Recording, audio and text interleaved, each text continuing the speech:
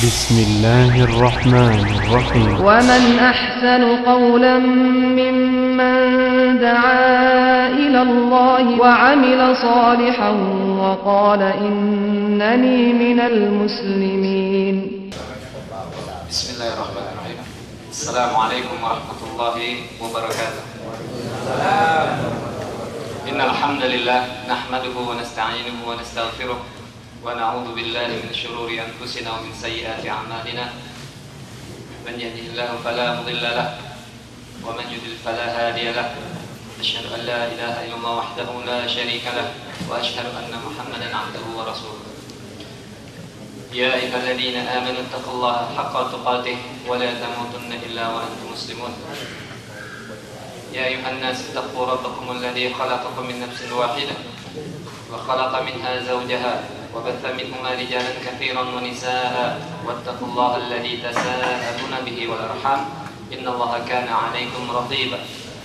يا أيها الذين آمنوا اتقوا الله وقولوا قولا سديدا يصلح لكم أعمالكم ويغفر لكم ذنوبكم ومن يطع الله ورسوله فقد فاز فوزا عظيما. أما بعد فإن أصدق الحديث كتاب الله وخير الهدي هدي محمد صلى الله عليه وسلم.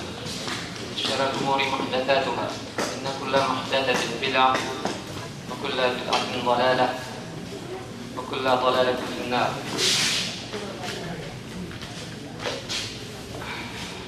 Alhamdulillah, Allah Subhanahu wa Ta'ala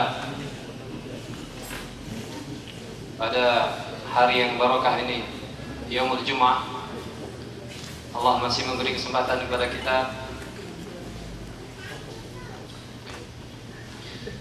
untuk dapat menghadiri majelis ilmu.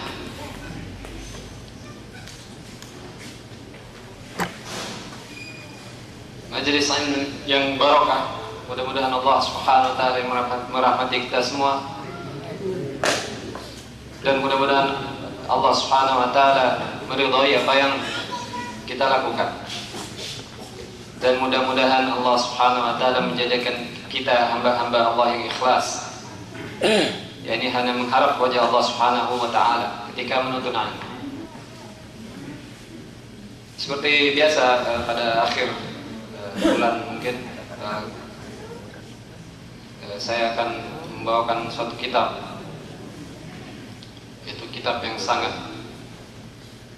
bagus sekali, yakni Al-Usul Ats-Tsalatsa atau Ats-Tsalatsatul Usul, 3 landasan utama yang ditulis oleh Syekh Muhammad bin Abdul Wahhab At-Tamimi.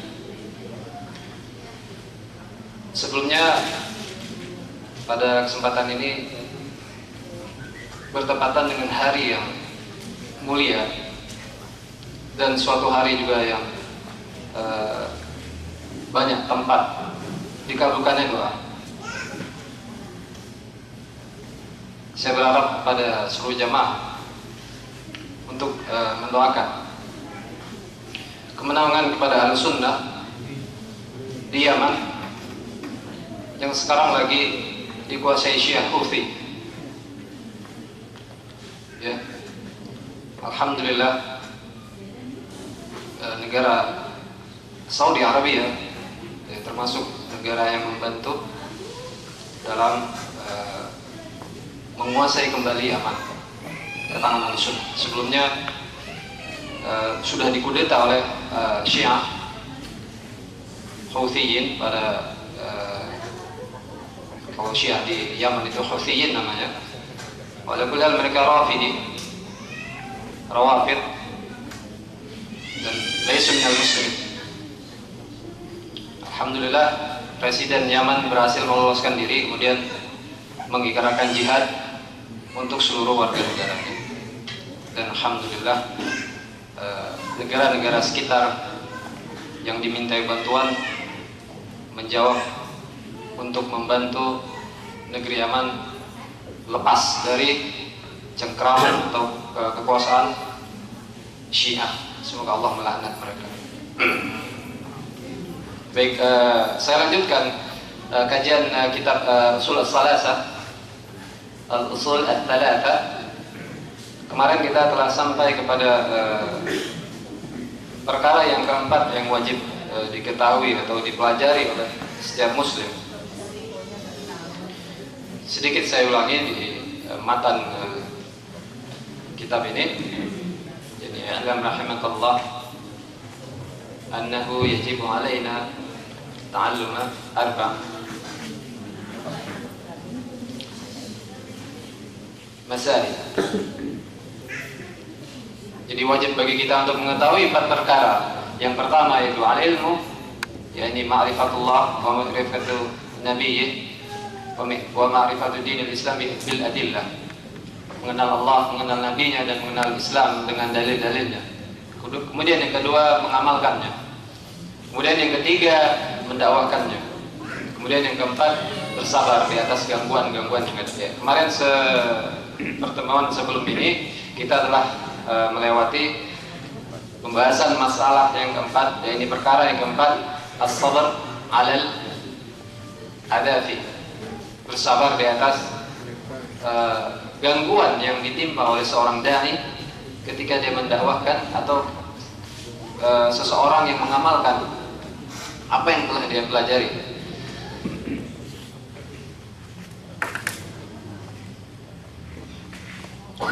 Dan mungkin jamaah sekalian telah mengetahui tingkatan-tingkatan sabar.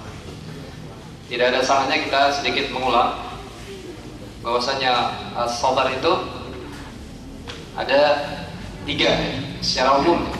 Yang pertama adalah sabar ala taatillah, bersabar di atas ketaatan kepada Allah Subhanahu wa taala. Ya. Ketika kita mengamalkan sesuatu, dianjurkan untuk kita bersabar. Mungkin membaca Quran, ya, kemudian salat sunnah, salatul lail, salat duha misalnya, salatul witr, dianjurkan untuk kita bersabar. Atau ketika kita berdakwah, ini termasuk beramal, maka dianjurkan kita untuk bersabar semampunya, ya, semampu kita untuk bersabar. Fattaqullah mastata'tum, bertakwalah kalian kepada Allah semampu kalian. Yang kemudian yang kedua yakni as-sabr an maksiatillah, bersabar untuk menjauhi maksiat-maksiat yang Allah larang. Ya, ketika mungkin ada teman yang mengajak kepada sesuatu yang haram, diperlukan kita untuk bersabar. Dan bentuk sabar kita adalah menjauhinya, ya, sampai kita tidak terpikir untuk melakukannya, ya. Kemudian yang ketiga as-sabr ala aqdarillah, kita bersabar di atas qadar dan qadar Allah Subhanahu wa taala, ya, terutama yang tidak mengenakan, ya. Wala nabluwannakum ayatan bi syai'in minal khawfi wal ju'i wa naqsin minal amwal. Allah akan menguji kita dengan sesuatu yang tidak mengenakan, kekurangan harta, ditinggal mati mungkin oleh keluarga tersayang kita, keluarga kita ada yang meninggal misalnya, kemudian ditimpa kelaparan, paceklik, dan segala macam kesusahan. Namun Allah Subhanahu wa taala kabarkan, "Fabasyiris as-sabirin wa basyiris sabirin alladzi idza asabathum musibah qalu inna lillahi wa inna ilaihi raji'un." Ya, beri kabarlah gembira kepada orang-orang yang sabar apabila mereka ditimpa suatu musibah, mereka mengucapkan sesungguhnya kami milik Allah dan hanya kepada Allah kami akan kembali. Jadi kullu syai' min Allah, segala sesuatu daripada Allah Subhanahu wa taala dan akan kembali kepada Allah Subhanahu wa taala. Maka hati kita menjadi tenang, bersabar, dan akan mendapatkan ganjaran insyaallah taala. Jadi sabar ini adalah termasuk jihadun nafs, ya, jihadun nafs, jihad jiwa kita, jihad pada diri kita sendiri. Maka seseorang ketika bersabar, maka dikatakanlah dia berjihad dengan dirinya sendiri, yakni melawan apa yang ada keinginan-keinginan atau sesuatu yang dapat memudaratkan dia.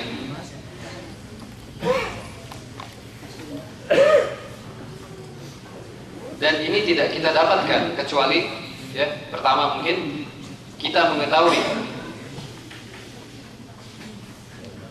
apa itu al-huda, hidayah misalnya, atau apa itu agama yang benar. Dikarenakan semua ini adalah yakni al-hidayah, kemudian kita mengetahui kebenaran itu itulah penyebab kebahagiaan kita di dunia dan akhirat. Dan seandainya jiwa itu tidak dapat berjihad untuk melawan segala sesuatu yang keinginan-keinginan tadi yang mendorong dia kepada kemudaratan, maka seseorang bisa dikatakan dia khasir, kalah, jatuh.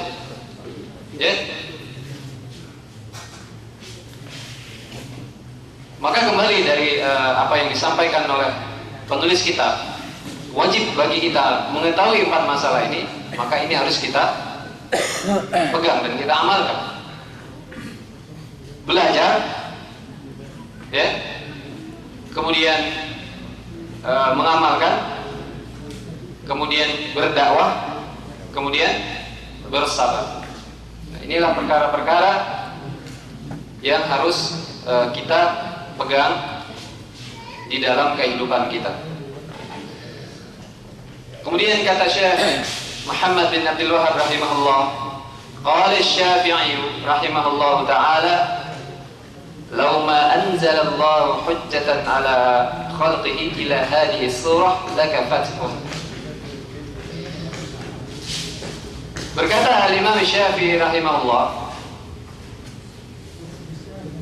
seandainya Allah Subhanahu wa ta'ala hanya menurunkan hujjah, hanya surat ini, surat apa dia? Al-Asr wal Asr innal insana lafi khusr illa alladhina amanu wa 'amilus shalihat wa tawassaw bil haqq wa tawassaw bis sabr. Kata Imam Syafi'i rahimahullah, seandainya Allah Subhanahu wa ta'ala menurunkan hujjah kepada makhluknya hanya surat ini saja, sungguh dia telah cukup. Apa tadi? Belajar, kemudian beramal, berdakwah, sabar. Semuanya dicakup dalam satu surah. Surat Al-Asr. Disitulah keimanan, disitulah tauhid, disitulah fikih, disitulah amal soleh, seluruhnya di situ. Maka Imam Syafi'i mengatakan, seandainya Allah turunkan hujjah kepada makhluknya hanya surat ini saja, sungguh surat ini sudah cukup, kata beliau rahimahullah.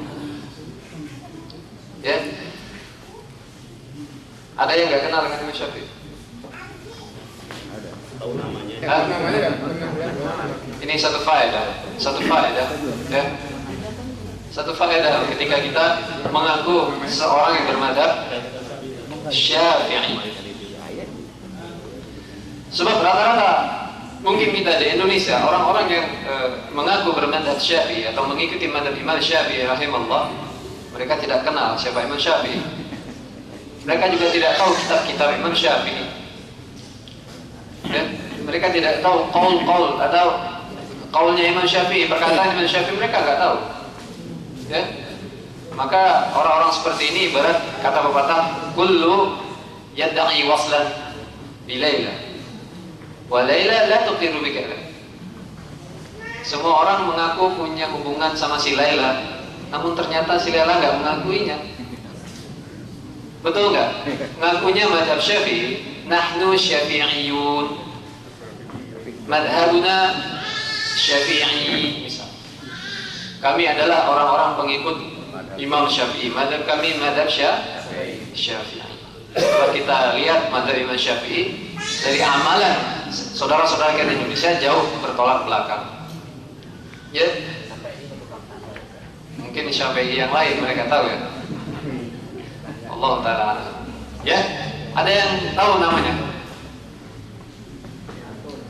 Ya, jangan dari kalangan Ustaz. Nama beliau siapa nama? Ya, siapa yang tahu? Muhammad bin Ahsan Pak Kafi. Jadi nama beliau, nama kunyahnya Abu Abdillah. Ada yang nggak tahu nama kunyah? Nama kunyah, nama disebut kepada anak. Nah, seperti saya, rawat sedikit ya. Nama saya Abu Ahmad. Ya, nama aslinya Yahya. Jadi Abu Ahmad Yahya. Jangan dibalik. Ya, jangan dibalik Abu Yahya Ahmad. Ya. Begitu juga Imam Syafi'i rahimahullah, nama beliau Abu Abdillah. Ya. Kemudian nama aslinya siapa? Muhammad. Lihat. Bukan Syafi'i nama beliau. Syafi'i itu nama yang dikenal orang dengan Syafi'i. Ya. Abu Abdillah Muhammad bin Idris. Itu dia namanya. Nah, itu aja yang diingat, ya, dicatat misalnya. Ketika kita berhujjah atau ketika berdakwah menjelaskan masalah misalnya kebid'ahan di negara kita, mungkin di daerah kita, pasti dia rata-rata mengejar kalau sudah mentok itu mereka menjawab, saya mazhab Syafi'i. Kalau kamu mazhab nggak tahu apa ini, ya, mazhab baru katanya. Maka seperti itu kita nggak usah jauh-jauh buka kitab. Oh, bapak mazhab Syafi'i, maka tanyakan kepada dia nama Imam Syafi'i siapa. Dari situ dia udah ketahuan dia itu memang benar-benar mengikuti dalil atau tidak. Jadi tidak usah jauh-jauh buka kitab dulu, tapi tanya dulu namanya. Ya, wallahi saya udah ngalami beberapa seperti itu. Jadi saya tidak akan ladeni orang-orang yang ngeyel kemudian saya tinggal. Ma'assalam. Ma fi faedah. Kita berdialog dengan orang pengikut hawa nafsu, dengan pengikut yang mencari orang-orang yang memang mencari kebenaran, itu beda. Kita menyikapinya beda. Kalau pengikut hawa nafsu, ya, memang ilmunya tidak ada, kemudian kita tanyakan nama beliau Imam Syafi'i rahimahullah, sudah tidak tahu ya sudah. Masalah. Kamu tidak ada ilmu. Ya, karena tidak ada faedah sama sekali. Ya, jadi nama beliau siapa tadi? Abu Abdillah, nama kunyah. Kemudian Muhammad bin Idris, bapaknya Idris. Ya, kalau mau lengkapnya agak panjang ya. Abu Abdillah Muhammad bin Idris bin Abbas bin Uthman bin Syafi' bin Abdul Muttalib bin Abdul Manaf Al-Muttalibi Al-Qurashi Al-Makki. Ya, kalau begini kita jawab di depan orang-orang yang mengaku mazhab Syafi'i, nganga ya. Ya, melongo. Sebab saya alami memang demikian. Baru satu hujah dari nama mereka sudah jadi. Ya, belum lagi kita baca ayat, kita baca hadis-hadis, belum lagi kita buka kitabnya Imam Syafi'i lagi. Belum ke situ. Baru dari sisi nama. Ya, beliau wafat di tahun 204 minal hijriyah, yakni 204 hijriah. Ya, tahunnya juga mungkin bisa dihafal. Ya, 204 hijriah. Karena apa? Dari biografi atau waktu wafat atau waktu lahirnya kita juga bisa berhujjah. Ya. Sebab nanti ada orang yang mengada-ngada di dalam suatu biografi atau riwayat-riwayat yang bukan dari seseorang dikatakan dari seseorang. Dari biografi ini kita bisa bantah. Ya. Baik, kita kembali kepada perkataan beliau, yakni "Lau ma anzalallahu hujjatan ala khalqihi illa hadhihi surah lakafathum." Ya, seandainya Allah Subhanahu wa taala turunkan hujjah kepada makhluknya hanya surat Al-Asr ini saja, maka sungguh telah cukup. Ya.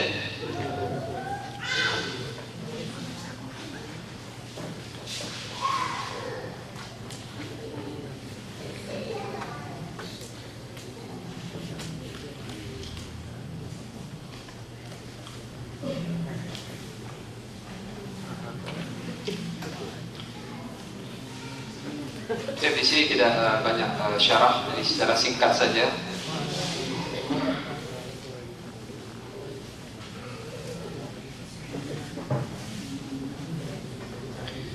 Intinya Imam Syafi'i mengeluarkan atau mengucapkan perkataan ini bukan semata-mata mengkhususkan surat ini saja, bahkan di sana ada surat-surat yang lain, ya. Jadi bukan maksud beliau adalah untuk supaya kita tidak mengindahkan atau tidak mempelajari surat-surat yang lain, ya. Sebab yang diinginkan beliau adalah, ya, keagungan surat ini, ya, dalam perkara atau bab yang mencakup, yakni luas dari perkara akidah, ya, kemudian perkara ibadah, keimanan, tauhid. Jadi surat ini mencakup, ya, kebaikan yang akhir yang baik atau kesudahan yang baik bagi orang-orang yang beriman. Kemudian peringatan kepada mereka, yakni kepada kita orang-orang beriman, ya, kepada jeleknya sesuatu atau jelek akibat kita melalaikan apa tadi, ilmu, beramal, dakwah dan sabar tadi. Maka di awal surat Al-Asr apa namanya? Apa bunyinya? Innal insana lafi khusr. Ya, seorang yang melalaikan 4 perkara ini dia akan merugi. Ya.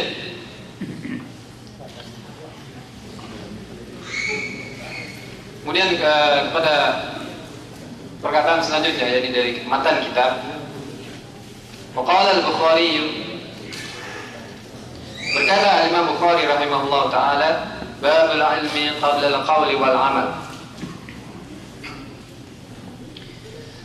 Bab al-ilmu, berilmu, qabla al-qawli wal amal, sebelum berkata-kata dan beramal.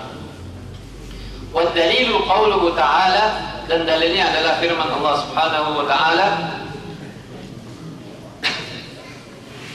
fa'alam annahu la ilaha illallah wastaghfir li dhanbik. Ketahuilah bahwasanya tidak ilah yang berhak diibadahi kecuali Allah subhanahu wa ta'ala, wastaghfir li dhanbik. Nah, ini kebetulan nyambung dengan tausiah yang disampaikan oleh siapa tadi namanya? Pak Marwan. Pak Marwan. Ya, Wawan. Marwan ada lagi. Ya. Istighfar. Ya. Kita bahas al-bab, yakni Imam Bukhari rahimahullah membuat satu bab di dalam kitab beliau Sahih Al-Bukhari, bab al-ilmu qabla al-qawli wal amal. Ya. Berkata, bukan membuat satu bab. Jadi beliau berkata bahwasanya ilmu terlebih dahulu sebelum beramal dan berkata dan beramal. Bukan al-qaul wal amal qabla al-ilm. Dan ciri-ciri dari ahlul bid'ah, orang-orang yang gemar kepada perkara-perkara yang baru dalam beribadah, mereka mengamalkan terlebih dahulu atau ngomong terlebih dahulu baru cari-cari dalil. Ini ciri-ciri mereka. Namun Ahlussunnah tidak demikian. Maka dari itu Imam Bukhari berkata, bab al-ilmu qabla al-qawli wal amal. Jadi cari dalil dulu. Ada dalil baru berkata-kata, baru mengamalkan. Ya, bukan kebalikannya. Ya. Al-ilmu qabla al-qawli wal amal, qabla an yad'uwa yajibu alaihi an yata'allama dinallah alladhi yad'u ilaihi. Ya, sebagaimana yang telah kita bahas sebelumnya. Jadi sebelum dia berdakwah, ya, wajib bagi seorang dai untuk mempelajari dinallah yang akan dia dakwahkan. Berapa banyak sekarang dai-dai karbitan menyesatkan orang lebih banyak daripada membuat orang menjadi lebih baik. Dari mana? Misal ahlul ma'asi, musisi misalnya, ya, tiba-tiba taubat kemudian naik jadi langsung jadi dai. Wallahi, ini membuat orang rusak banyak daripada membuat orang lebih baik. Sebab metode Ahlus Sunnah tidak demikian. Ya, al-ilmu terlebih dahulu, belajar dulu. Belajar, ya. Kemudian baru dia mengamalkan, kemudian dia dakwahkan. Ya, bukan begitu tobat sebulan 2 bulan langsung naik mimbar. Ilmu laduni. Ilmu laduni atau ilmu datang. Apa ilmu? Ada orang seperti itu. Ya, langsung datang katanya ilmu itu Tanpa belajar. Tanpa belajar. Laduni namanya. Ya. Demikian. Jadi seorang dai wajib bagi dia ta'allum, belajar tentang agama Allah. Ya. Maka di sini kita lihat ada 3 macam dai kalau yang kita lihat. Ya. Yang pertama, jadi dai yang mensifatkan diri kepada dakwah, ya, bukan dai maksudnya biasa. Dalam artian dia memang sudah berkecimpung di situ. Ya. Maka kita lihat, yang pertama, ahlul basirah. Mereka ahlul basirah, yakni orang memang memiliki ilmu. Faqih fi dinillah. Faqih fi dinillah. Faqih dia. Kokoh di dalam agamanya Allah Subhanahu wa taala. Kemudian wad-da'wah ilaih. Kemudian dia berdakwah dengan apa yang ada padanya, bil hikmah wal mau'izatil hasanah. Dengan cara-cara yang hikmah dan dengan nasihat ya baik. Ud'u ila sabili rabbika bil hikmah wa mau'izatil hasanah wajadilhum billati hiya ahsan. Dan serulah mereka ke jalan Allah dengan cara-cara yang hikmah dan nasihat yang baik. Dan apabila mereka menentang, jadilhum, ya, jadilhum billati hiya ahsan. Debat juga dengan cara yang baik. Ya. Apa itu hikmah? Ada yang ingat? Ya. Ini kebiasaan kita kalau ngaji ingatnya di sini aja, sudah keluar hilang kita. Wada'u syai' fi mawdi'i. Jadi meletakkan sesuatu pada tempatnya. Ada masanya kita lemah lembut, ada masanya kita tegas, keras. Jadi bukan lemah lembut terus gitu. Ketika perlu dikerasi, lemah lembut.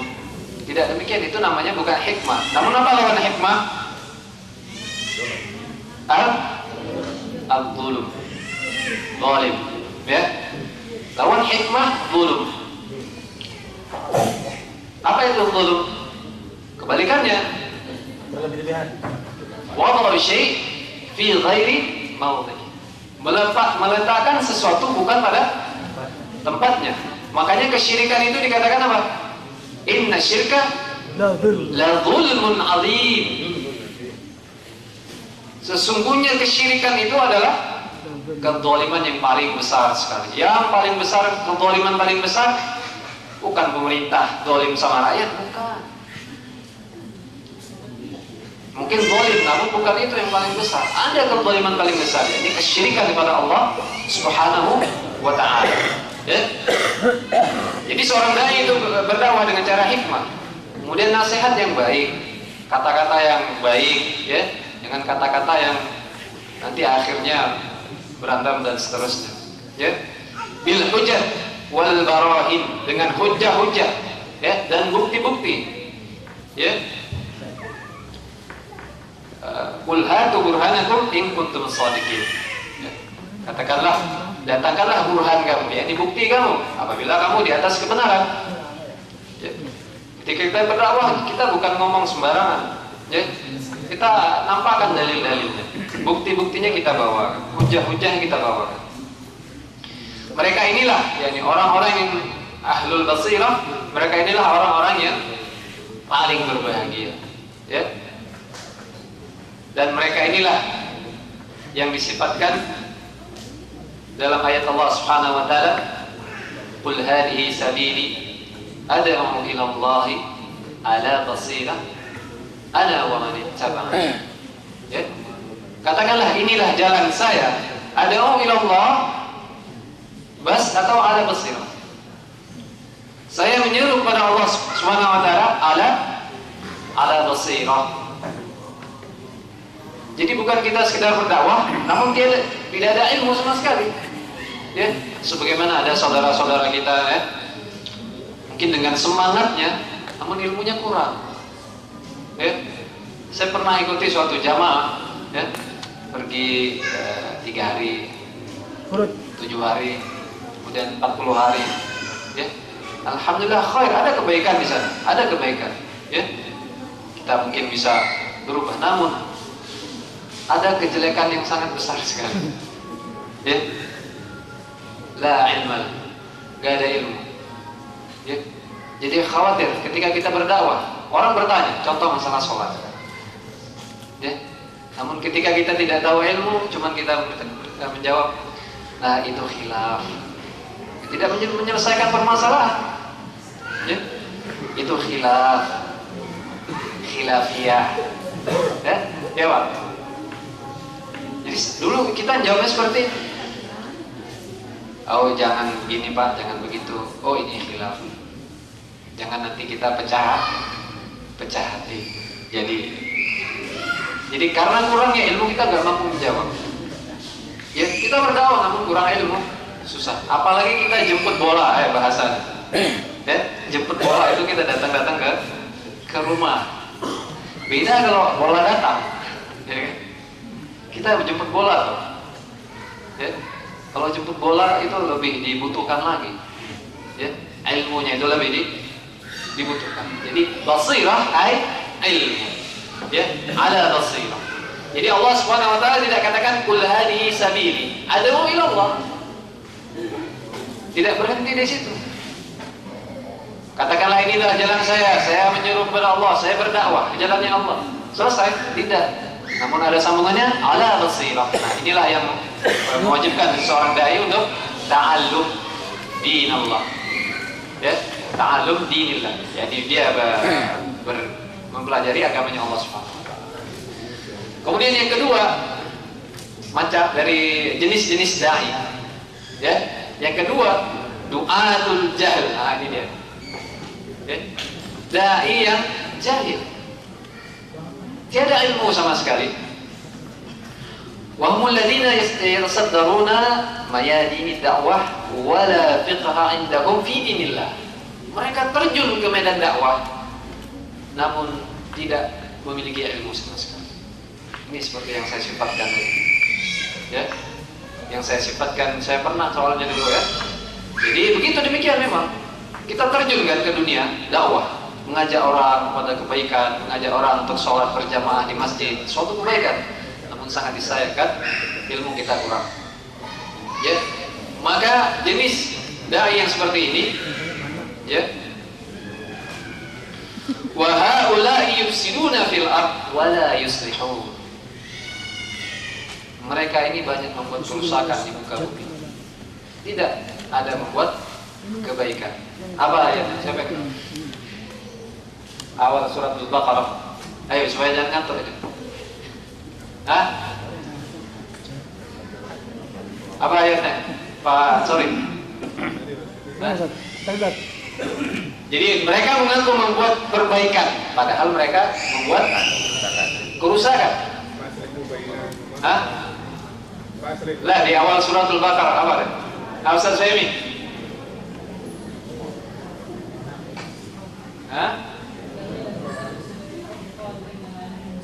Innama nahnu muslihun katanya.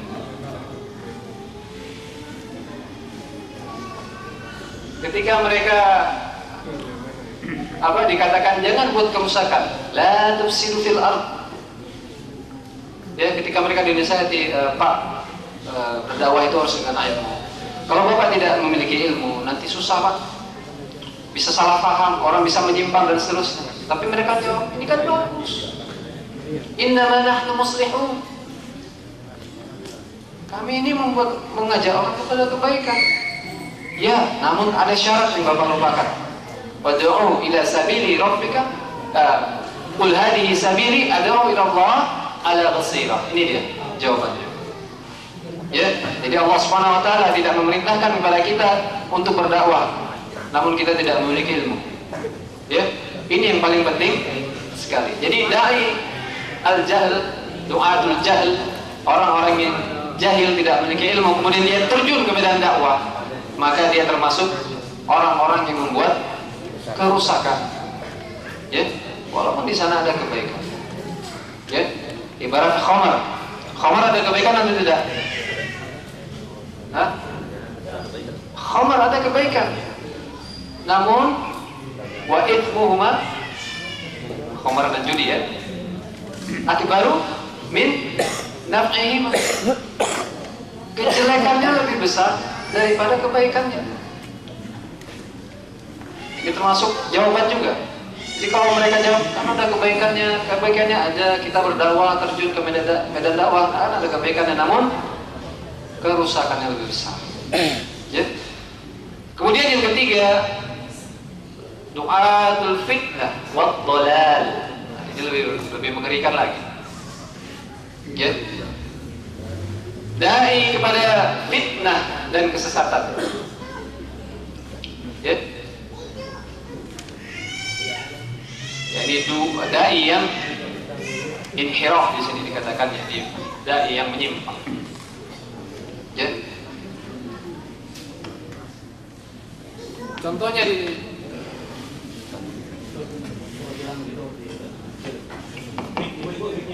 di sini, ya, mungkin sekarang kita lihat, ya, orang-orang Syiah, kemudian orang-orang Khawarij. Ada yang nggak tahu Khawarij? Ya, orang-orang Khawarij misalnya, ya kalau di Indonesia, ya mirip-mirip yang digelar-gelar teroris itulah, ya. Tapi bukan teroris sebenarnya, ya. Teroris itu sebenarnya artinya adalah apa? Mengganggu, ya. Menakut-nakuti. Ya, jadi siapapun bisa dikatakan teroris. Ya. Hantu mungkin dia juga teroris. Ya, meneror, ya, gentayangan. Ya. Jadi orang-orang yang melakukan suatu gangguan di masyarakat itu namanya teroris, ya.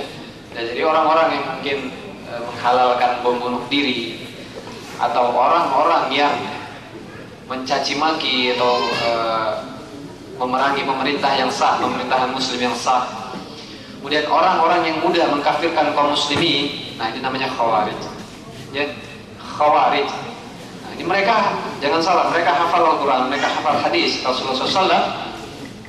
Ya, mereka orang-orang berilmu. Mungkin di antara mereka ada peringkat S3, doktor misalnya.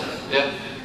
Namun mereka mendakwakan kepada ad-dhalal, penyimpangan-penyimpangan, inhiraf. Ya, nah ini dai yang berbahaya. Jadi ada 3.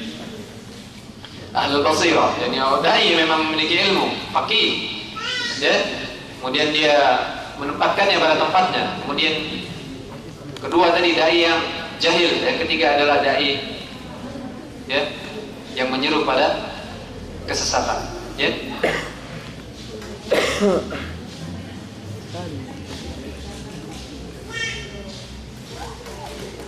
Maka yang paling baik sekali apa tadi?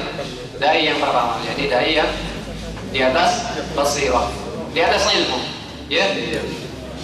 Du'atul basirah wal bayyinah wal fiqh fi dinillah, ya. Maka Rasulullah SAW bersabda, man yuridillahi bihi khairan yufaqihu fid-din. Ini dia. Ya. Barang siapa yang Allah inginkan kebaikan ada pada seseorang, Allah akan memahamkan dia kepada syariat Islam. Ya.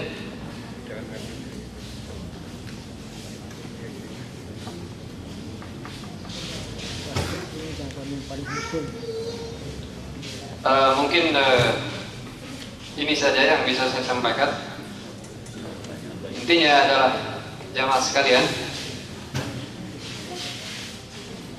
Syekh Muhammad bin Abdul Wahab rahimahullah ta'ala menyebutkan perkataan Imam Bukhari, babul ilmi qabla al-qawli wal amal, ya, adalah ingin menegaskan kepada kita, ya, belajarlah, ya, belajar dan belajar, ya, karena belajar itu tidak ada habisnya, ya, tidak ada habisnya. Dan yang paling pertama sekali, ya, alhamdulillah, di kitab tentang aqidah yang harus kita pelajari adalah at-tauhid. Fa'lam annahu la ilaha illallah. Ya. Kemudian baru wastaghfir li dzambi, dan mohonlah ampun terhadap dosa-dosa kalian. Ya, jadi intinya beramal, kemudian berilmu, kemudian baru beramal. Ya, mungkin ini saja yang bisa saya sampaikan. Waktunya juga udah habis. Bismillahirrahmanirrahim. Ada beberapa pertanyaan dari ikhwan, cukup banyak ini. Yang banyak-banyak, Pak. Pertanyaan yang pertama, bagaimana hukumnya berdakwah lewat nyanyian atau lagu-lagu dengan musik atau hiburan musik diselingi dengan tausiah seperti yang ngetren di Indonesia? Bismillah. Allah Subhanahu wa taala berfirman, "Wa la talbisul haqqa bil batil." Pegang ini ya. Untuk menjawab mereka yang berdakwah dengan cara-cara demikian. "Wa la talbisul haqqa bil batil." Jangan kalian campur adukan kebenaran dan kebatilan itu, jangan kalian campur. Ya. Khamar dicampur zam-zam, bisa. Mana rasanya? Hah? Kemudian lagi dari satu sisi mereka menganggap musik atau nyanyian itu tidak haram. Bagaimana dikatakan tidak haram? Allah Subhanahu wa taala berfirman di awal surat Luqman, "Wa minan nasi may yashtari lahwal hadits." Dan di antara manusia ada yang membeli perkataan yang sia-sia. Untuk apa? Yudhillah sabilillah. Untuk menyesatkan orang dari jalannya Allah Subhanahu wa taala. Oh, mereka mengatakan, oh itu kalau yang menyesatkan ini kan enggak. La sawaun. Banyak yang senang, Pak. Ya. Jadi dakwah itu bukan untuk orang senang, tapi sebagai orang mendapatkan hidayah. Demikian. Jadi wallahu taala alam. Nyanyian musik sudah jelas. La syak, walaupun di sana ada ulama yang membolehkannya. Ya. Mungkin juga di sini pernah disampaikan dulu oleh saya mungkin dahulu ya Pak Sere. Beliau juga sampaikan.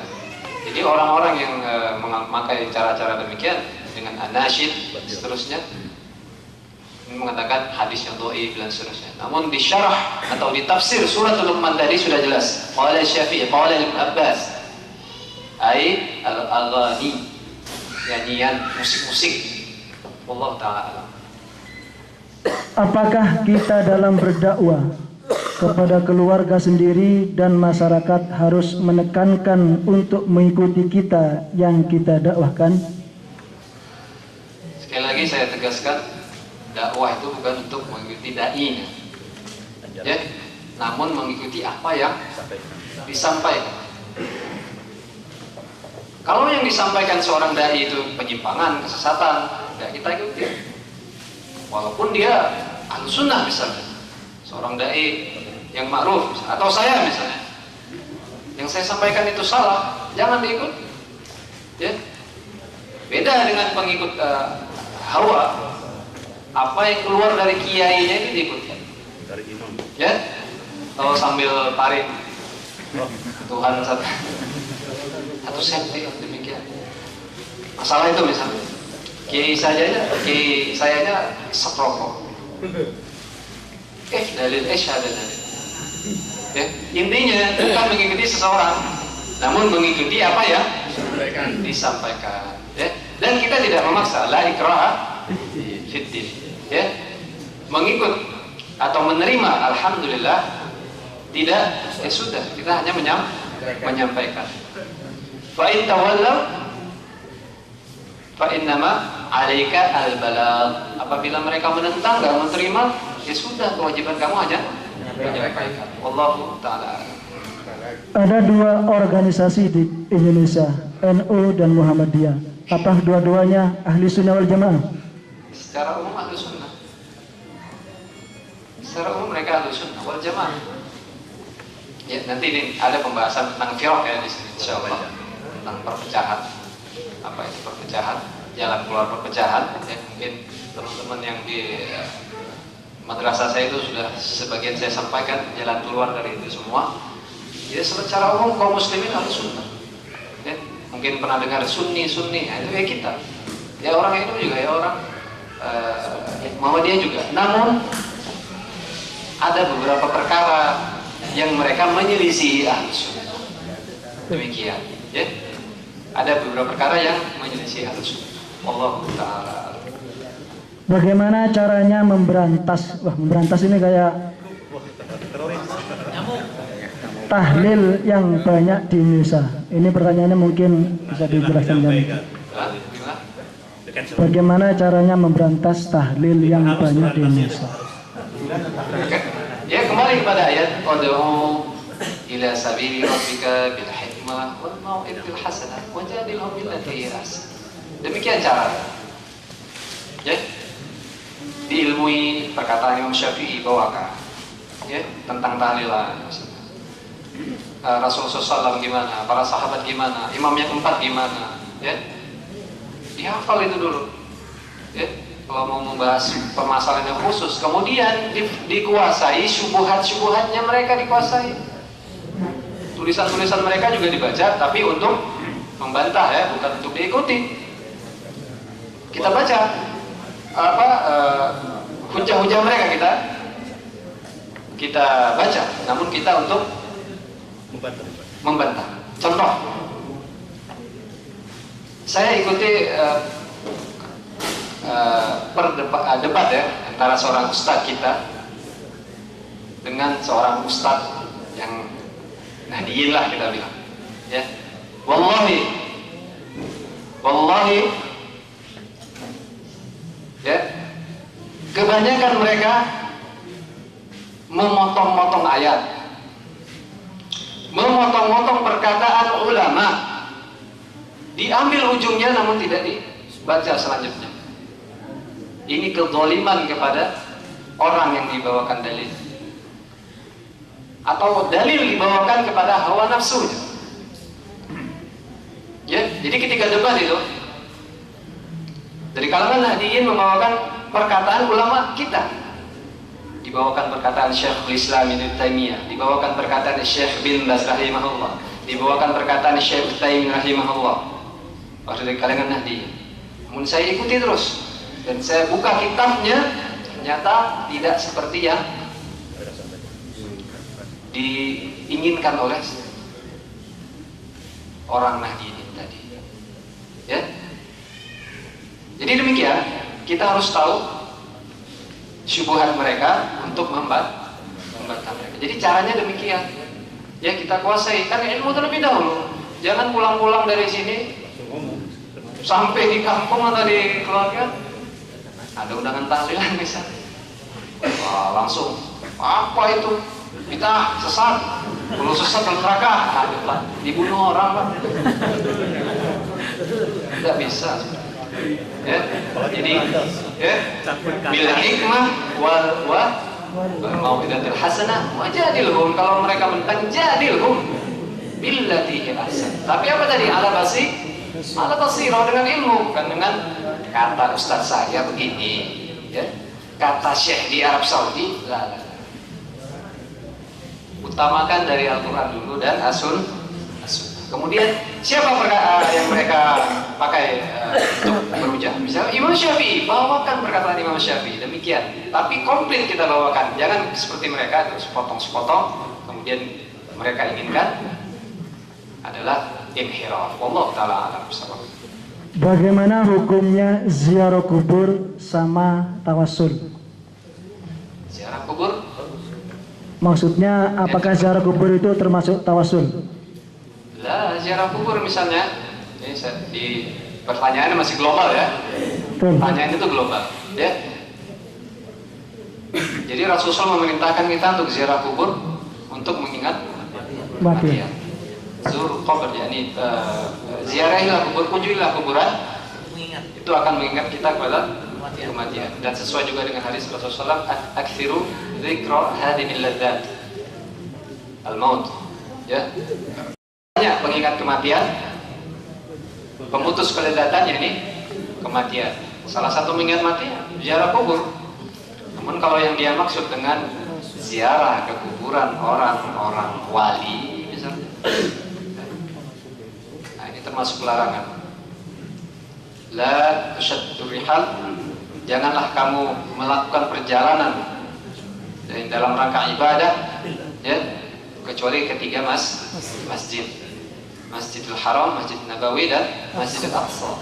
Nah itu cuma kita boleh untuk melakukan safar ke suatu tempat. Namun ke kuburan, kalau yang dimaksudkan pertanyaan itu adalah kuburan wali atau kuburan orang soleh atau kuburan ulama, dan tujuan di sana untuk bertawasul dengan orang mati, ini jelas-jelas suatu kesyirikan. Ada jawaban mereka, ya mungkin pembahasannya agak panjang ya. Jadi mereka menjawab, boleh, Rasulullah SAW itu demikian, sahabat demikian. Jadi itu tadi, apa tadi? Zalim terhadap dalil, jadi menempatkan dalil tidak pada tempatnya, ya. Demikian. Jadi intinya tawassul ada yang mubah, ada yang haram dan mengarah pada kesyirikan. Ya, pembahasannya insya Allah mungkin di sini juga ada di kitab. Sebenarnya ada berapa istrinya Rasulullah? Istri Rasulullah ada yang mengatakan di sana ada yang 13, ada yang 11. Allah Ta'ala alam, ini perkara istilahnya apa ya? Ada khilaf atau ada perbedaan dalam sejarah atau biografi. Malah kuliah mungkin saya tanya ustaz-ustaz yang lain. Bagaimana hukum seseorang yang berdakwah sebelum mengamalkan bagi dirinya sendiri? Dirinci juga, yang gak diamalkan itu apa? Contoh, saya nggak mau saya nggak mau belajar tentang jenazah. Saya nggak mau mendakwahkan ahkamul janaiz, karena saya belum pernah pegang, saya belum mengamalkan memandikan, karena mungkin jarang orang meninggal, nggak pernah dia cuma belajar, belum ada orang meninggal di tempatnya, terus nggak pernah dia megang, terus dia nggak boleh dakwahkan? Hah? Boleh atau tidak? Ya boleh. Jadi dirinci dulu. Kemudian haji lagi misalnya, belum pernah haji dia, boleh nggak dia mengajarkan haji kepada para jamaah? Ya boleh. Ya, maka dirinci ini kan. Masalahnya apa? Contoh misalnya, dia tidak sholat, tapi mendakwakan orang sholat. Nah ini baru. Ya, atau saudara-saudara sekalian, marilah kita untuk melaksanakan sholat dua setiap hari. Dia sendiri nggak pernah. Nah ini dikatakan ta'muruna an-nasa bil birr wa tansawna anfusakum wa antum tatluna al-kitab afala ta'qilun. Engkau memerintahkan orang kepada kebaikan, ya, namun kamu melupakan diri kamu sendiri. Sementara di sisi kamu ada ilmunya, ada kitab. Afala ta'qilun. Apakah kamu tidak berpikir? Jadi dilihat, ya, apa yang didakwakannya. Wallahu ta'ala a'lam. Ketika sekelompok orang di Suriah mendirikan negara Islam, tentu saja orang kafir, musyrik dan munafik geram dan berusaha untuk menghancurkannya, karena negara Islam tersebut berhukum pada hukum Allah. Lalu bagaimana sikap kita sebagai orang Islam yang berada di luar Suriah? Suriah apa jadi negara Islam? Mungkin yang dia maksud ISIS, Daulatul Islamiyah di Irak wa Syam, sebagian dari mereka telah mendeklarasikan mendirikan negara Islam. Ya, secara umum siapa yang tidak senang dengan syariat Islam? Sebagaimana di Mamlakat Al-Arabiyyah Saudiyah, ya. Alhamdulillah di sini tegakkan syariat Islam. Namun, ya, yang menjadi garis atas atau garis bawah adalah di Suriah. Ini belum jelas, yakni belum ada namanya pernyataan-pernyataan dari seluruh kaum muslimin dalam hal ini, tapi hanya ada pernyataan dari satu kelompok yang mengklaim, ya, yang mengklaim bahwasanya telah berdiri suatu negara. Ya. Wallahu ta'ala alam.